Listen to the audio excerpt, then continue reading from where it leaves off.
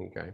What I liked about that was that oftentimes when it comes from a student, it has a little bit of a different impact. And I used to, when I do the classroom setting, I always put the students in little groups, and the peer review, them sharing each other's papers and going over each other's thesis statement, was one of the most popular segments of the class, because they all wrote about it in their final paper, in their final reflection at the end of the semester. That was one of the things that they really enjoyed. So I'm going to try to see if I can incorporate more of that, because it seems to really work. And I appreciate you, Joya, for go ahead and reaching out to the students, because they say, oh, here he comes again with that first and second versus third person. But it's like you can't write a narrative about an argumentative essay. You have to take a third person approach and take a look at it like with a bird's eye view, and make comments without putting in your personal reflections or feelings until the conclusion. And that's where you could go to first and second person, first person mainly, and say, I make recommendations, I observed those types of things. But it's in the conclusion where you can come in with that. So I appreciate that. So anyway, welcome everyone. We're going to have a fantastic presentation by Noea about doing research, which is really important. I have to say that I really like doing things the way that I do it. I'd rather us, build a really strong foundation, get accustomed to writing and to putting our thoughts on paper. These other things like MLA format, which I'm going to ask you to do next week, Noea, and the research things, now those things can come into play, where if you do too much of that stuff in the beginning, too much formatting, I think you lose the essence in your writing. So that's why I kind of approach things the way that we're doing things. I really want this to be your masterpiece. And when I read the comments on the questionnaire and the thesis statement, I can feel the excitement from some students about writing, and especially about exploring the content that we're exploring. It's something that involves everybody. Everyone has, I don't know where mine is, but everyone has the phone and uses it for a multitude of tasks every day. The interesting thing is the mapping thing. I think I might have mentioned that before. We used to have what they call the Thomas guide. Almost everybody had one in their car, and you would just look up the address and then you would map it out yourself. Okay, we got to go left on 3rd. Then we got to go make a right on Flower, and we're going to go up to Hill, and so on and so forth. So it made you think. Now, and I know everybody does it, including myself. You just map it out on your phone, and you just listen to whoever and whatever voice. You even pick your voice, for the person that's giving you the directions, right? I have an Australian accent on. I do the same thing. You use the Australian? Yes, I do. Somebody said something to me about it one day. That, why are you an Australian telling you directions? Yeah, I use the Australian female. Yeah, I don't know why. I listened to the different accents. That was the one that I liked. And so we're all victim is not a good word, but we're all connected to our phones, and they are making us, less cognitive, because they do all the work for us. And so we all know, and I love reading about some of the research that you're doing and the doors that it's opening, and it's really opening up your mind is what it's doing, and you're doing a lot more creative thinking and analytical thinking. And I think that's wonderful. And I think that writing this argumentative essay first is a game changer, because you're going to be able to apply these principles to everything that you write. You're going to realize that, hey, if I make a statement on paper, I have to prove it. I have to back it up. I can't just say it. Why? People are going to say, so what? Or they're going to say, Well, who's Professor Rodriguez and why is he, why is he commenting on something like that? He's not an expert in that field.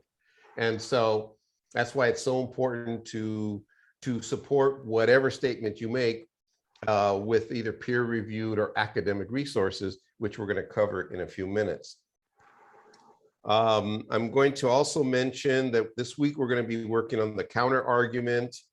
And on Wednesday, I'm going to cover conclusions. Again, piecemeal, building a strong foundation before we launch into doing the entire essay. We're going to cover a fixed mindset versus growth mindset this week. We're going to talk a little bit about plagiarism because there is a short video on plagiarism. And like I said, we'll talk about conclusions on Wednesday. So I want to go to the to Canvas really quick. But I want to mention, let me go there first.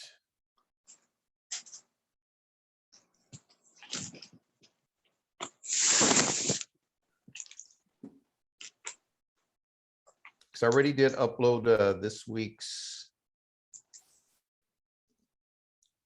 module. Can everybody see that? Oh, no, wait a minute. I haven't shared it yet, huh? Come on, Professor. I know you're excited, but okay, here we go. So I have to implore everyone here, all students, and this is going to be pretty much directed at the students that don't come to these classes. And that is that you go through, when I set up these modules, that you have to go through and read. For this one says watch, and there's two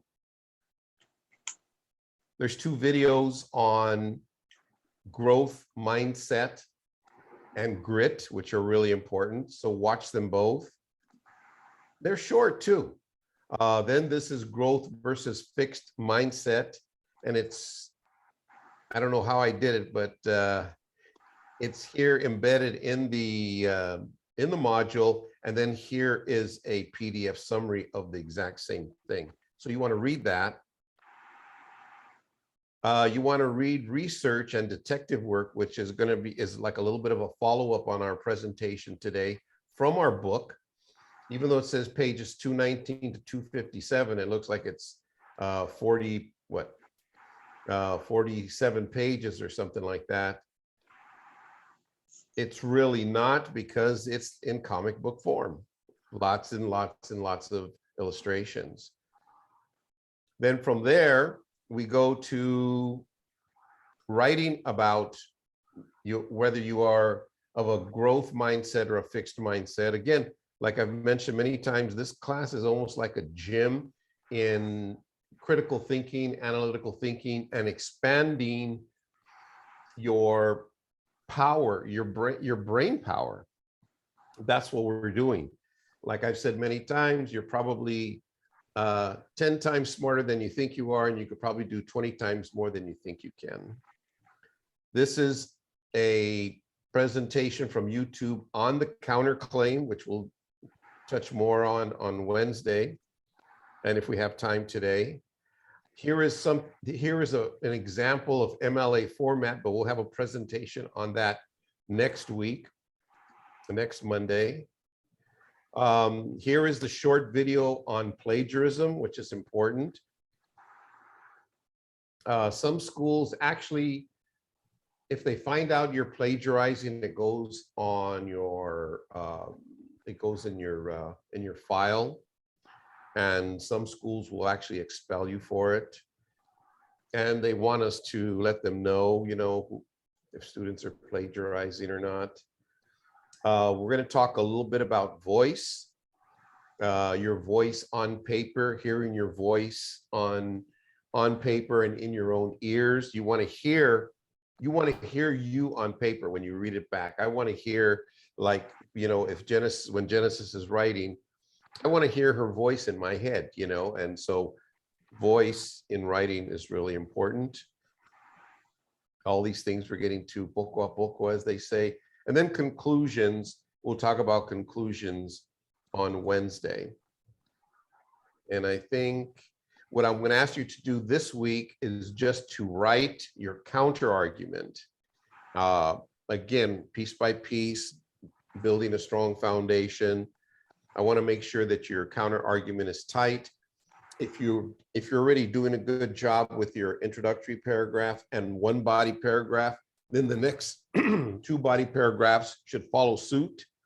So if you did one really good body paragraph, the next two should follow suit, like I said. Then we go with the counter argument, and then we'll go with the conclusion.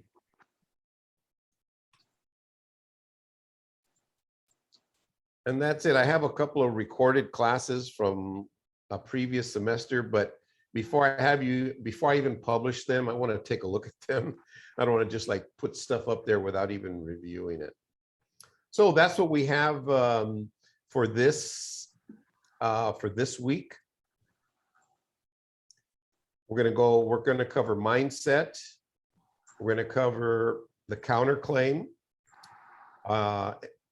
MLA format is next week. Plagiarism, your voice on paper, conclusions on Wednesday. And then you're just going to be writing a really good counter argument, and you're going to continue to fine tune your introductory and your first body paragraph. So that's what I've got. Did everybody go? There you are. Okay. So without further ado, Noea, are you ready? Yeah, whenever Okay. you are, I'm good to go. Thanks for the tour. So I am just going to give a short presentation, I guess, with the rest of our class time today on some research basics and a little bit of a tour of the library website at City College, because some of you have maybe been exposed at various levels to the library and the resources that we have here. And, you know, one of the benefits of being in an academic institution, even though we have to pay for some of these classes, is that included in any of your tuition is accessibility to the library. And when you are trying to conduct research and trying to formulate your own argument, like this argumentative essay that's coming up, your professor has been doing a great job at telling you the importance of having credible resources, and the library is a great way to go to. Like, it's almost like a one-stop shop for credible, authoritative voices. The reason that we go there is because there's a higher chance, it's not foolproof or 100%, but there's a higher chance that you'll find more rigorous research than if you were to just scroll, you know, your social media feed. And even social media feeds, you can still find, you know, some integral research on there, but it is a little bit harder. So let me share my screen and I'll start giving you a tour of our library website. All right, can everyone see that okay? Let me move some of this stuff around. Let me know if for some reason you can't see the screen that I'm talking about, but I'm on the library website right now. The URL to get there is just library.sbcity.edu. And this is the home page. So you can ignore this banner right now. This is for some of the changes that are going on. You know, with the pandemic, we're slowly reopening things. So the library does have some in-person hours right now, but they're a little bit more limited. This banner won't always be here. But if you are starting out in your research for the first time and you're trying to formulate an argument and take a position on an issue, you might just have a topic in mind. And your very first step would be to go to this library website. And it's kind of a little hidden button, so I do like to just show you this here. I'm not going to be looking at the chat too much, I will try to, but this A to Z databases, this will be very important. Instead of going to like the physical stacks and the physical books, if you're trying to research away from the library and look at some of the peer-reviewed research, you want to go to this A to Z databases and click on here. And this will open up a great menu of all of the databases that City College pays for and subscribes to so that you have these resources. So after college, when you lose your City College ID and you're no longer paying for your tuition, I think you might still have a few months where you have access to these databases. Some schools, they drop you like right after you leave the school, you don't have access anymore. Some schools, like my graduate school, I think gave me a full year after I had graduated to still access some of these databases, because within these databases are scholarly peer-reviewed research that takes a lot of time and effort and labor to conduct and to get third-party observed and to go through all the different steps to prove that it is quality research, and it costs money. And a lot of these articles that you'll find in the databases actually, are upwards of, tens to hundreds of dollars just to read. So take advantage of it now. This A to Z databases list will have a very brief description of what is in the database too, because not all databases are the same. A database just means that it houses journals and magazines and different articles. Some databases can, they're multimedia, so they could host videos and documentaries.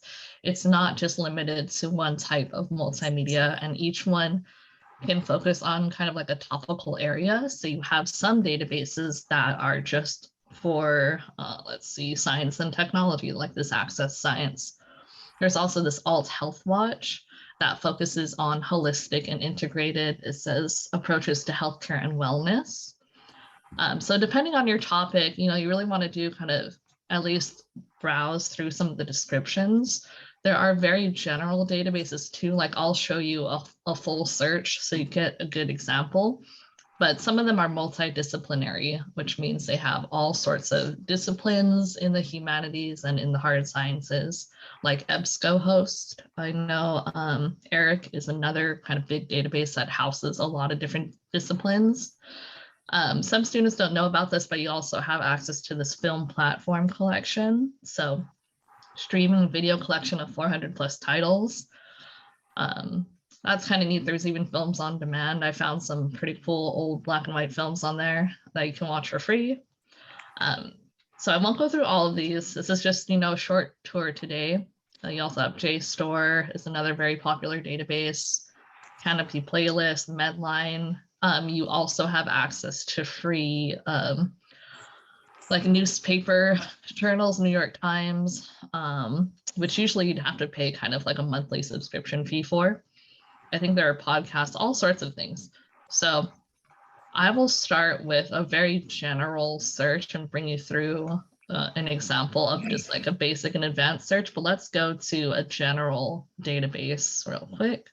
This Ebsco, no, let's do Ebscohost, multi-database search. So when you're starting, you'll click on the database that you want, and you will see this kind of access point website pop up, prompting you for your credentials. So you'll want to type in your CSID. Let me get that.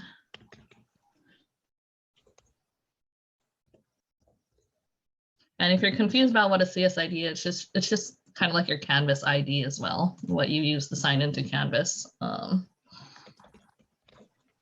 And then your last name, and you'll click log on, and then you will have access. So Ebscohost starts you off with a few options. You can do a basic search, advanced search, or look through your search history. So I'll start you off on the good stuff. Let's just do, well, let's start very general first. If I were to have the question, is remote learning, this kind of digital learning environment, is it productive for students? Say that just swirling around in my head as a question. If I started off really general, I could just do this basic search and look for the term remote learning. And if I did that, you would see 10,000, over 10,000 results. And that is much too many to look through on anyone's time. So a way to refine this is to go to the advanced search option, and I'll teach you just some of the tools. We won't do anything too exhaustive here, but if we want to narrow that down to something manageable, we'll go to advanced search. And each database should have similar features, even though they are different databases with slightly different layouts. They should all still have the same kind of tools. So instead of just remote learning, I could do these quotation marks, which actually helps me house the term together instead of it searching for any instance of remote and any instance of learning. If I use these quotation marks, it means I want the whole phrase. Let's see. And then if I did, actually, I wonder if I can do, or yeah, if I searched for similar terms to see how it comes up with suggestions, I could do remote learning or online, virtual. Let's try that right now, because these are all kind of synonyms for the same thing. Oh, I don't know why I got rid of my quotations though. And let's try productivity. They also give you some more terms, or yeah, terms that mean the same thing: productivity, efficiency, performance. And then the last one I'll do, another trick that you can use is, say you want to narrow it down to a specific audience too. If I want to learn about how remote learning affects productivity, a better research paper would have a narrower focus. So instead of just like globally all the ages and, you know, every gender or whatever, I could just narrow it down to like adolescents or young adults. So if I have a word like teen, I can use an asterisk. It's called truncation. That means that anything, any instance of this word teen, this is going to be the root form of it. I could have teenagers or teens, or let's do adolescent. Let's try that and see if it helps at all. So if we go to search, so remember we started off with like 10,000, I think, results. So now we only have 434. We'll keep narrowing it down, but that is just one way. Play around with these fields. You also can search all text or by author, title, subject terms. So look at those. Another very good limiter to help narrow down this number is to go to limit to. And we want to make sure that all the results that we get are full text, not just excerpts or small portions. We want the full text. So I'll click on that and it should update my results. Now we're down to 149. And we don't just want full text. Another good trick is to have a publication range. So a topic like remote learning and digital learning and productivity, that's going to be something that might not be as relevant in 1974 it has right now. So I would, something technology based, I would probably just do within the last 10 years because technology evolves so rapidly. So you could put a date range like 2012. I think I can do to 2022, or maybe it's just 2021 right now. Yeah, I don't know if it's letting me. We'll do 2012 to 2021 and see how that narrowed it down. See, now we're down to 92. And again, we started with like 10,000 results. And the very, something. Yeah, go ahead. I would like to narrow our research down to the last 3 years. Sure. Let's say 5 years for, you know, for the research that we're doing. Yeah, so like 2017 or something? Or... Well, yeah, but I mean, for the, oh, okay, for the argumentative essay. I see. Yeah. Yeah, so just keep that in mind when you're looking for research for your argumentative essay in this class specifically. Your professor wants the last 5 years. So you can always go to this limit to, I'll keep it at 12 for now then, but in yours. And another very important limiter, we want to make sure we check this peer-reviewed. So peer-reviewed and full text and the date range, again, are really going to help you out. And that helped us knock out a few more. Now we're down to 77. So a good way to start browsing through some of these articles, you know, we're not going to read them all. I don't even have time to browse through all of them. So what I like to do is just kind of skim, you know, the titles and see if it's something that I am even interested in for my topic. Some of these might be too specific for my purposes. And if I'm just starting out and learning about the topic, maybe I do want something a little bit more general.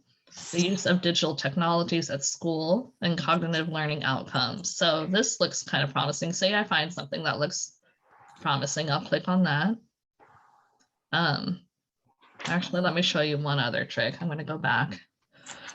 If I want to keep this search open, you'll just right click and open into a new window. I like to save the search. Oh man, where did it go now? Oh, here it is. Okay. So I'll just right click, open a new tab so that I still have this window open with the search. And then I can look, I'm not going to read the whole article. Another good trick for those who don't know yet and are just learning the databases is to read through the abstract. What the abstract is a summary of the article. So it's going to have all of the information condensed into like its very pointed kind of main claims and what the results are usually. So you'll want to skim the abstracts of your articles to see again if it's something relevant, something manageable, and what you can do. Let me see. On this right-hand side, it says print, email, save. You can even cite or export or get the permalink. So I like to email myself articles that are promising. So when you click email, just put in your email from, emails to. It's real simple. You can use this cite option too. You just want to be careful because I can even spot some issues with it. Usually in APA, they miss a few things. So you can use this citation generator, but you always want to make sure you still double check those because I know with APA, at least they have some issues with, oh yeah, here in APA, you're supposed to only capitalize the first letter of the title. So there are still some issues. I think they should have MLA too, though. And I know you guys are using that. Yeah, MLA 9th edition. So you could literally just copy paste this into your works cited page at the end, and we'll go over MLA more next week. But you really, really want to make sure that you still understand the rules for MLA and APA, whichever citation you're using, because there are still issues with the generators, even on a database through our school. So just know that you have those options. When you find an article, email it to yourself, maybe cite it in the generator and save it for later to check. Let me go back to this other one. Let's see. I think that was mainly the important kind of limiters for databases. I'll show you some other features of the library too, but that was a full kind of basic search. Remember that quotations again will help you search for that whole phrase, and you can change your, these are called modal operators. Say if I don't want to search a certain term and I want to filter that out, you can use the modal operator not. And these ands are going to make sure I have all of the terms or any combination of the terms.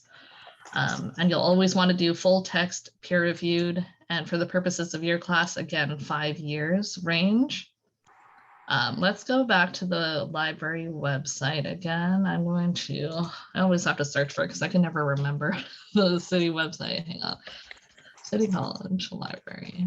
I think it's, and then they call it the LRC, which also can be a little bit confusing.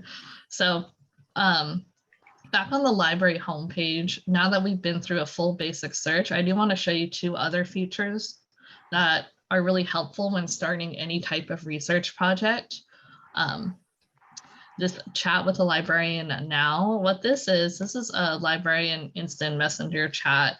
You don't have that many fields that you have to fill out in order to use the service. It just asks for your email address is even optional, but it just needs your name and your question, and you can start the chat. And this live chat is an instant messenger not only for city college librarians, but I have actually used this like late into the night when I've done research at 1 a.m. and expecting no one to answer my questions. I still tried it out, and I ended up getting a librarian from a totally different time zone, like Massachusetts. So we actually outsource some of this to other librarians in different states, and they help out with this live chat. So it's a really good resource. Say you have a quick question or you just want to be pointed in the right direction. That instant messenger is good for that. And let me show you one other really good resource here, this Zoom research appointments. So I'm going to click on this and just show you kind of what this form looks like. So what this is, it's a 30-minute appointment with the librarian to actually help you, they can help you brainstorm if you're trying to narrow down topics. They can even help you figure out keywords to search or the right database, all sorts of things. This is a more kind of in-depth reference interview, they call it sometimes, or like search interview. This is a more in-depth help with research than just like the library instant messenger chat. So say you have more than a quick question and you really want a librarian to kind of look at what you have so far, maybe even check out your assignment directions, and then give you some tailored advice. So this here says, need help finding information, articles and books for a paper project. That's what we do. We encourage your requests for a 30-minute Zoom session. So these are all digital remote. You can do this in the library, in the physical library as well, but I'm showing you some of the more online resources right now. You may request sessions from Monday through Thursday, and they list their hours 9 to 5 and Friday 9 to 12. So be mindful of their hours. Same day requests, unfortunately, are really hard to accommodate. So they really try to discourage that. Make sure you're wary of the holidays. So it says, fill out this form, and then they should contact you within 24 working hours. So those are business hours. And let me just show you how easy it is. They don't ask you for too much information again. So say I really need help starting my argumentative essay or just finding the right database, or say I totally spaced out in this presentation and I want a librarian to go through a basic search or an advanced search with me again. I'll just fill out my first and last name. They want an email contact, and they want to know English 101 or whatever type of course, because that will help them. Sometimes they have librarians who specialize in certain areas too. That could be helpful to know. And then they list their hours again, and they want you to come up with just 3 times that work for you. And they even give you a field to upload your assignment. So if the librarians have the directions for what you're working on, they can help you help yourself better. They'll know exactly, okay, this is what Professor Rodriguez is looking for. He wants a thesis statement that's clear and explicit.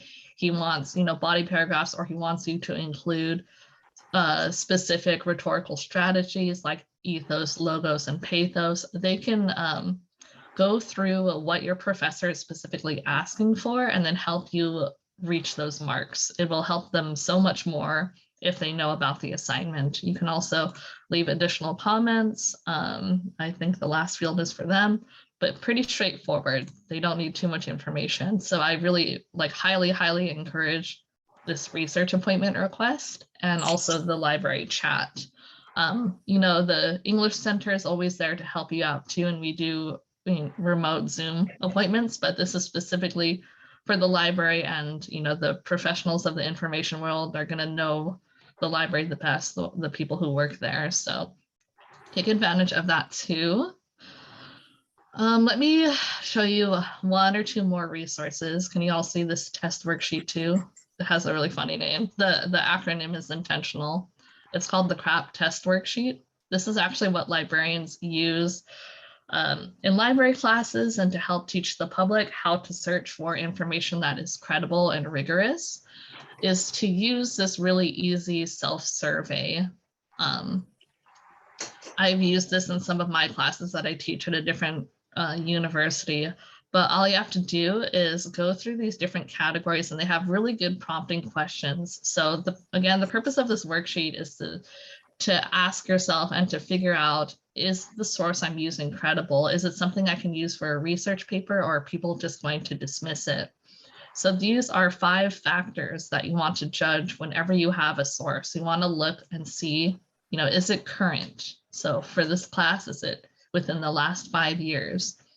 Is it relevant? Does it have authority? How accurate is it? And then the purpose. So I won't go through all of these questions, but here they say use 1 is unreliable and 10 is excellent. So you go down the bullet points that help you kind of understand what the category means, and then score it. And then at the end of scoring each category, they have like a scorecard here. 45 to 50 would be an excellent source, 40 to 44 good. So this is just a helpful worksheet to judge, again, the integrity of the source. I can throw this in the chat, or I'll make sure the professor has this and maybe he can post it in one of the modules. There is also this last resource I like to show too. Popular versus scholarly articles. So what's the difference? You can actually use both types of sources in your research. You can use popular articles, which are like magazines, and you can use scholarly articles, which are journals. You just want to make sure that it passes that CRAP test: credibility, relevance, authority, accuracy, purpose. You can still use some of these popular articles. Again, let me actually zoom in on this. It's kind of tiny. Popular articles are often written by journalists or professional writers for a very general audience, and they use very basic language. They rarely give full citations for sources though, so you want to be wary of that it's, you know, a source that points to its references. So you can always look it up and see if something is accurate. It's usually shorter than journal articles. They have some examples of popular magazines here. And then the scholarly articles, which we covered in the databases a bit. So these are written by and for faculty, researchers, and scholars, and they have some examples here. Uses very scholarly or technical language. They tend to be a bit longer, including research, and they should all include full citations for their sources. And these are often, they call it refereed or peer reviewed. So they are reviewed by an editor and other specialists in the field before they're even accepted. There are a lot of different benchmarks that these scholarly articles have to meet. And book reviews and editorials are not considered scholarly articles, even though you can find those in the journals sometimes. So this is just a good guide. They have some other examples here too, and some points to remember.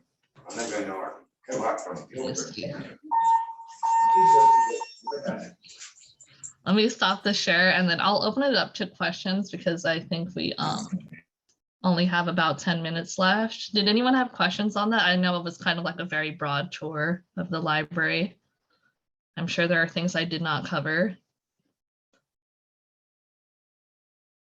You can even put them in the chat, you know, if you don't want to talk over anyone, you can put questions in the chat. I wasn't looking at that earlier, I'm sorry. And this is recorded, so you can watch it again and as I go through the search, but all of the databases should have a very similar layout, and just know that those limiters that I taught you should carry across to whichever database you use. Again, make sure you have full text, peer reviewed, you have a good date range, and that you use those modal operators, those ands, ors, nots, quotations help, truncation. And the two library sources for immediate help would be the library chat and then the reference appointment too. We covered. No questions though? Maybe I did okay then. I guess I covered a lot. Good, thanks Genesis for the feedback. Hopefully the screen share was working the whole time. Well, while you're still thinking, I'm gonna put in the chat the PDFs that I referenced too, so you have that credibility worksheet, and then you have the guide for scholarly versus the other general one that I'm spacing out on. Let me see. So I'm going to put this in the chat. I think I have to close out of it before I can upload it too. Give me 1 second. And then next week I'll talk about some of the more like nuances of citing your sources. But again, remember I showed you that citation generator within the databases. Those work better than some of the citation generators you can find for free on the internet too. But they are not foolproof. Okay, here it is. So I put in the chat the CRAP test worksheet. Again, that's used by librarians at a lot of different organizations, academic libraries, public libraries, specialty libraries. And then the second PDF is going to be the scholarly versus popular article guide. If we don't have questions, Professor, did you have any questions? No, you were very thorough. And I appreciate that you shared all the other information especially those other two features, the chat library now feature and then the Zoom research appointment feature. As everyone knows or should know, that per paper, you're required to go to a tutor and have a tutor take a look at your essay, and that you should have at least 4 resources to support your contentions, and that at least 50% of them should be peer-reviewed or scholarly citations. And so this was really, really, really good. I usually, if we were meeting in person, I have a tour set up at the library and we go over these same things, but this was really informative, and hopefully all the students can use this information to do their research rather than Google stuff, because that's not acceptable. And even Google Scholar is okay, but I love the way that you showed them how to narrow down the research. You started 10,000 articles and you narrowed it down to like less than 100. And then from there, it's wonderful that you share with them to read the abstract to see if it's even something that's going to work for them and to support their claims. So Yeah, I thought it was abstracts really, can be really great. good. If it's okay, if we still have a few minutes and there are no questions, I did want to share one last tiny thing. Let me find it. It's a little bit, I don't think it's too advanced for you guys, but it just is a good example to show you why it's important to not only find scholarly articles, but to look at how are they gathering the data. It's a question in the CRAP test worksheet. I think one of the questions under accuracy is like, how's the data gathered? Is there a large enough sample? So I'm going to show you an illustration of a very bad methodology that you want to avoid, because even though these are peer reviewed, unfortunately, people can still be bribed. They can pay for their articles to be published. So you want to see how the actual data was gathered and how are they coming to conclusions. So I share this in some of my library classes. This is just an example. Sorry, not to read this whole big block, but I'll read this colored part. So if I were to say my article, was studying a possible cause-effect relationship, or even just like a correlation between teenagers playing aggressive video games and violent outward behavior, it would be really poor results if in the article, the method that they used was simply a self-survey of only 5 voluntary participants. Those 5 teens, if they knew they were part of the study, they could easily kind of manipulate the data with their bias, and not to mention the bias already inherent in people opting into a study. Usually when they have the chance to be voluntary, that means that it attracts the most extreme cases who want to express themselves. Like think of Yelp reviews, right? You see a lot of the really bad ones all the time. There's a negativity bias there. So 5 participants is also a really, really small sample size. So you want to try to look, when you're doing lots of research and becoming familiar with the library, you'll get good at this, but look at how they actually conduct some of the studies. Do they have a really big sample size? Because 5 that's not very good for representing all of the teens in the US. So this is just a really poor case to illustrate a point that you want to pay attention to how the data is collected too in some of the articles. That's why we have, I won't read all of this, but that's why we have double-blind randomized control trials as the gold standard of research. And voluntary narrative interviews with small sample sizes, those are still good. They can be really credible, but they're just a little bit lower on that tier of evidence. So that's kind of more advanced research. And this class, I'm sure, isn't expecting you to know statistics thoroughly or be able to vet all these articles yourself, but that's something to start thinking about now, because the databases are a very good pool for potentially, rigorous research. It's much better to search the databases or the library itself than just wildly search the internet for anything you can find.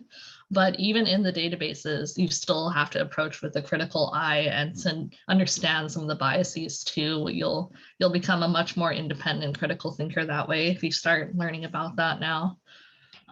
But yeah, wow, I did cover a lot. That was the last thing I think I wanted to mention before I forgot. But thanks for letting me have some time to go over that, Professor. And next week, is it just you want me to focus on kind of like MLA and how to do in text and long form or citations? Yeah, MLA, and then also the citations, Mm. how to cite stuff. Okay, yeah, we'll talk about that more. Yes, okay.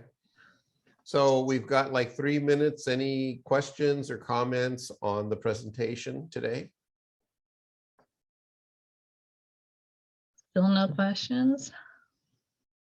Well, I am recording it, so I will go through and, yeah, like I usually do, edit out all my coughing and hems and haws, and then I'll upload it for future reference.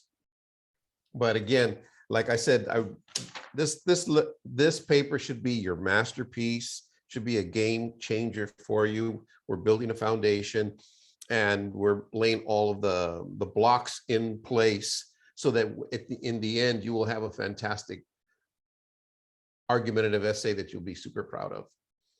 And so that's all I have for today. Continue to go back to the modules in Canvas to see where we're at this week. And we'll see you on Wednesday. And Noea, thank you so much. This was, Yeah. Thank you. wonderful. This was wonderful. Good. I think we did have a question from Genesis who's asking about how many sources you want for your argumentative essay. Is that right, Genesis? Yes. Yeah. So I Okay, guess she's just asking. It's a minimum of 4, and at least 50% of them should be scholarly. Okay. Yeah. Yeah, that's good to know. Okay. Some professors don't like any popular articles, but as long as you have the benchmark for scholarly, you can have some of those too. Absolutely. And you'll see, you'll probably going to include more than 4 to support your contention, to support your claims. But I can't see how you could write a paper like this with less than 4. Yeah, that's a good number to start with. And sometimes just reading through the popular sources helps you understand the topic for yourself better and get more context before you dive into some of the more sophisticated scholarly articles. So I like to start with popular if I can. Right. And the wonderful thing is that it's so convenient.